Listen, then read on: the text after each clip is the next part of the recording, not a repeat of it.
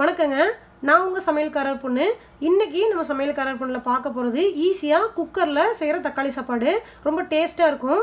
வாங்க எப்படி செய்யலாம்னு பார்க்கலாம். தக்காளி சாப்பாடு செய்யறதுக்கு ஃபர்ஸ்ட் பட்டை கிராம்பு அரைச்சுக்கலாங்க. இதுல 1 டீஸ்பூனுக்கு சோம்பு எடுத்துருக்கேன். இதை மிக்ஸி ஜார்ல போட்டுக்கலாம். இந்த மாதிரி ஒரு 1.5 இன்ச்சுக்கு பட்டை எடுத்திருக்கேன். 4 பல்லு கிராம்பு, 6 பல்லுக்கு பூண்டு எடுத்து வச்சிருக்கேங்க. இந்த அளவுக்கு இஞ்சி எடுத்து வச்சிருக்கேன். இதை கொஞ்சம் பொடியா கட் பண்ணிக்கலாம். இப்போ இது எல்லாத்தையும் கொஞ்சமாக தண்ணி விட்டு நல்லா மையாட்ட அரைச்சி எடுத்துக்கலாங்க. இப்போ சாப்பாடை தாளிச்சு விட்டுறலாங்க. அதுக்கு அடுப்பில் குக்கர் வச்சுட்டேன். இதில் 2 டேபிள் ஸ்பூனுக்கு கடலெண்ணெய் ஊற்றிக்கலாம். எண்ணெய் சூடாயிருச்சுங்க. இதில் 2 ஏலக்காய் போட்டுக்கலாம். 2 பிரிஞ்சி இலை போட்டுக்கலாங்க. இதில் 3 பச்சை மிளகாய் கட் பண்ணி வச்சுருக்கேன். இதை போட்டுக்கலாம். 1 கொத்துக்கு கருவேப்பிலை எடுத்து வச்சுருக்கேங்க. இதில் ஒரு பெரிய வெங்காயத்தை நீளமாக கட் பண்ணி வச்சுருக்கேன். இதையும் போட்டுக்கலாம். இந்த வெங்காயம் நல்லா வணங்கட்டுங்க. வெங்காயம் நல்லா வணங்கிருச்சுங்க. அரைச்சி வச்சிருக்கிற பட்டை கிராம்பு உள்ளே போட்டுக்கலாம்.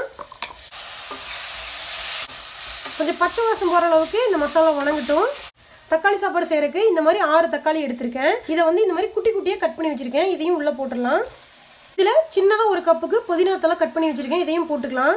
ஒரு கைப்பிடிக்கு கொத்தமல்லி தலையும் பொடியாக கட் பண்ணி வச்சுருக்கேன். இதையும் போட்டுக்கலாம். இதை நல்லா கலந்து விட்டுறலாங்க. சாப்பாட்டுக்கு தேவையான அளவுக்கு உப்பு போட்டுக்கலாங்க.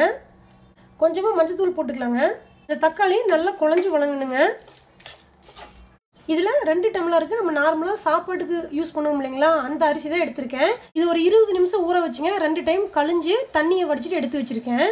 இங்கே தக்காளி நல்லா வணங்கிருச்சுங்க. தக்காளி பார்க்கும்போது முழுசாக எல்லாமே இந்த மாதிரி நல்லா குழஞ்சி வணங்கி இருக்கணும். எடுத்து வச்சுருக்கிற அரிசியை இதில் போட்டுக்கலாம். 2 டம்ளர் அரிசிக்குங்க 4 டம்ளர் தண்ணி ஊற்றிக்கலாம். 1க்கு 2 அப்படிங்கிற ரேஷியோவில் ஊற்றிக்கணுங்க. உப்பு காரம் கரெக்டாக இருக்கான்னு செக் பண்ணிக்கலாங்க. காரம் கொஞ்சம் கம்மியாக இருக்குது. கொஞ்சமாக மிளகாத்தூள் சேர்த்திக்கலாங்க. அவங்கவுங்க காரத்துக்கு ஏற்றாப்புல நம்ம மிளகாத்தூள் சேர்த்திக்கலாங்க.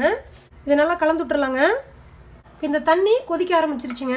இதில் 1 டீஸ்பூனுக்கு நெய் விட்டுக்கலாங்க. இதை நல்லா கலந்து விட்டுறலாம். இதை மூடி போட்டு வச்சிடலாங்க. ஒரு 3 விசில் வரட்டுங்க. அதுக்கப்புறம் அடுப்பை ஆஃப் பண்ணிக்கலாம். 3 விசில் வந்துருச்சுங்க. அடுப்பை ஆஃப் பண்ணிடலாம். விசில் இறங்கட்டும். இப்போ குக்கர் விசில் இறங்கிடுச்சுங்க. குக்கர் திறந்து பார்த்துடலாம்.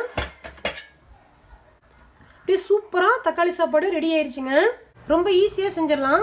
கண்டிப்பாக நீங்களும் உங்கள் வீட்டில் இந்த தக்காளி சாப்பாடு செஞ்சு பாருங்கள். எப்படி இருந்துச்சுன்னு உங்கள் கமெண்ட்ஸ் என்ன சொல்லுங்கள். நான் இன்னொரு சூப்பரான வீடியோவோட உங்களை சந்திக்கிறேன். தேங்க்யூங்க.